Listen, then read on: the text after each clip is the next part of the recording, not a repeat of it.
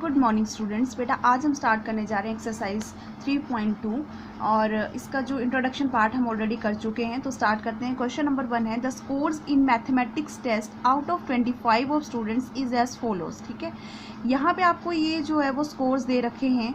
Mathematics test के score हैं, ये कितने में से दिए हैं? ये आपको 25 में से। ठीक है, अब यहाँ पे आपने क्या फाइंड करना है? Mode and median of this data, और साथ में क्या बताना है? Are they same. क्या मोड और मेडन जो है, आप जब आप इसको निकाल लेंगे तो उसके बाद आप चेक करेंगे क्या ये दोनों ही आपके सेम आ रहे हैं या नहीं। ठीक है, तो जब भी हम मोड और मेडन निकालते हैं तो हमारा फर्स्ट स्टेप क्या रहता है कि उसको एक ऑर्डर में अरेंज करना। ठीक है, तो मैंने यहाँ पे इस डाटा को असेंडिंग ऑर्डर में अरेंज किया। सबसे पहले छोटी, फिर उससे बड़ी, फिर उससे बड़ी, फिर सबसे बड़ी वाली टर्म, है ना। इस तरीके से हम इसको अरेंज करते हैं।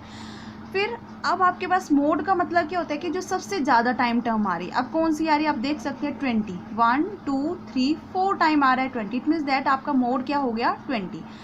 अब मेडन निकालने के लिए, मेडन का मतलब होता है डाटा में से जो मिडिल टर्म होती है। ठीक है, तो दो मेथड मैंने आपको बताए थे। फर्स्ट वाला मेथड मैंने बताया था कि जितनी आपके पास टर्म्स होती हैं, आप काउंट करो कितनी टर्म्स है। 1 2 3 4 5 6 7 8 9 10 11 12 13 14 15 टर्म्स है। तो उनका हम करेंगे हाफ। तो 15 का हाफ कितना हो गया? 2 7 14, एक बच गया, पॉइंट लग गया, 2 5 10। यानी कि अप्रॉक्सीमेट आपकी लेफ्ट और राइट से अगर हम काउंट करें तो 7 टर्म्स आएंगी। यहाँ से काउंट किया 1 2 3 4 5 6 एंड 7 यहाँ तक, और यहाँ से करेंगे 1 2 3 4 5 6 एंड 7 यहाँ तक। अब बीच में कौन सी बच गई? 20। तो ये जो बीच में जो बची है टर्म बेटा, ये आपका होगा मेडन। ठीक है, फर्स्ट मेथड ये था। सेकेंड मेथड मैंने बताया था आपको कि n+1 डिवाइडेड बाई 2 वाला रूल यूज़ करेंगे। लेकिन ये रूल आपका कहाँ पे अप्लाई होगा? जब आपके पास डाटा ओड नंबर में होगा। तो आप देख सकते हैं टोटल टर्म्स आपके पास 15 है, और 15 आपका क्या है? ओड नंबर है। इट मीन्स दैट यहाँ पे हम इसको अप्लाई कर सकते हैं। तो 15+1 डिवाइडेड बाई 2, 16/2 हो गया, 2 8 16। यानी कि अब आपने इस डाटा में चेक करनी है कि 8th नंबर वाली टर्म कौन सी है। तो देखो यहाँ तक 7 हो गया, तो 8th नंबर वाली टर्म कौन सी आई आपके पास? 20। ठीक है, तो इस तरह से भी आप मेडन जो वो फाइंड कर सकते हैं। क्लियर?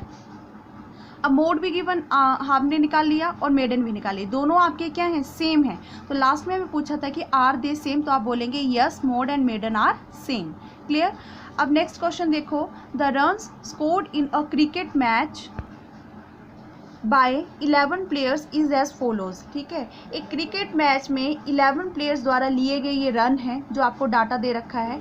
इसमें आपने फाइंड करना है mean, mode and median of this data, are they same. अब आपने बताना है कि पहले आप मीन निकालेंगे, फिर मोड निकालेंगे, फिर मेडन निकालेंगे, फिर चेक करेंगे क्या ये तीनों सेम है।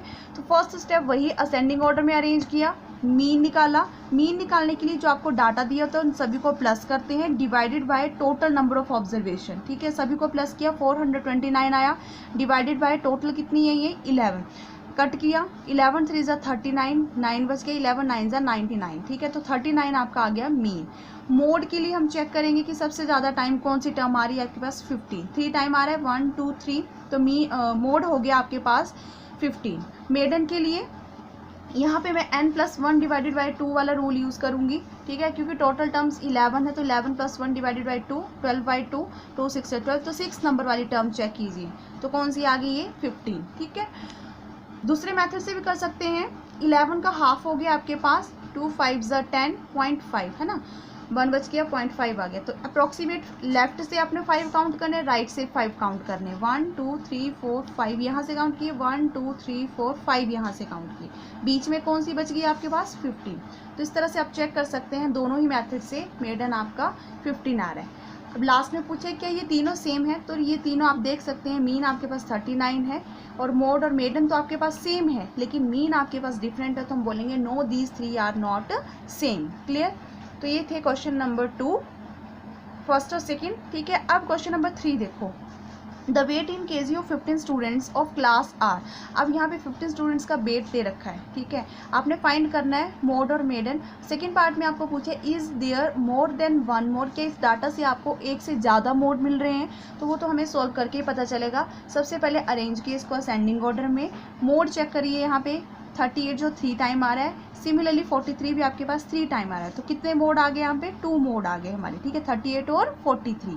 ठीक, मेडन निकालने के लिए टोटल टर्म्स कितनी है, 1 2 3 4 5 6 7 8 9 10 11 12 13 14 15 है। तो 15 plus 1 divided by 2, 16 by 2, 2 8 16, 8 number वाली टर्म को काउंट करो, 1 2 3 4 5 6 7 8, तो आपका मेडन कितना आ गया, 40।